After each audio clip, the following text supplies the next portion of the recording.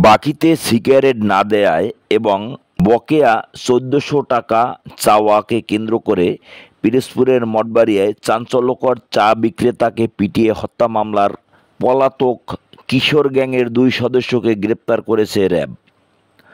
Barishal RAB ৮ এর একটি চৌকস দল ১৪ জুন শুক্রবার দিবাগত রাত ২টার দিকে বরগুনা জেলার আমতলী থানাধীন অঙ্কুরজান পাড়া ও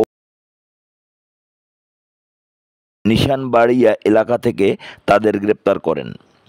কিশোর গ্যাং সদস্যরা হল মঠবাড়িয়া উপজেলার সাপলেজা ইউনিয়নের চরকগাছিয়া গ্রামের এমাদুল হাওলাদারের ছেলে, মামলার প্রধান আসামি মোহাম্মদ শাওন এবং বাদল মিয়ার ছেলে শাহিন ওরফে শাকিল। নিহত চা বিক্রেতা ফারুক ভূঁইয়া ওই গ্রামের আবাসন প্রকল্পের বাসিন্দা। র্যাব ৮ কর্মকর্তারা মামলার বরাত দিয়ে জানান, গত ৩১ মে রাতে চা বিক্রেতা ফারুক ভূঁইয়ার দোকান থেকে বাকিতে সিগারেট নিতে যায় কিশোর গ্যাং গ্রুপটি। এ সময় পিছনের বকেয়া ১৪০০ টাকা চাওয়ায় কথার কাটাকাটির এক পর্যায়ে কিশোর গ্যাং সদস্যরা লাঠি দিয়ে এলোপাতাড়ি পিটিয়ে চা দোকানিকে গুরুতর জখম করে।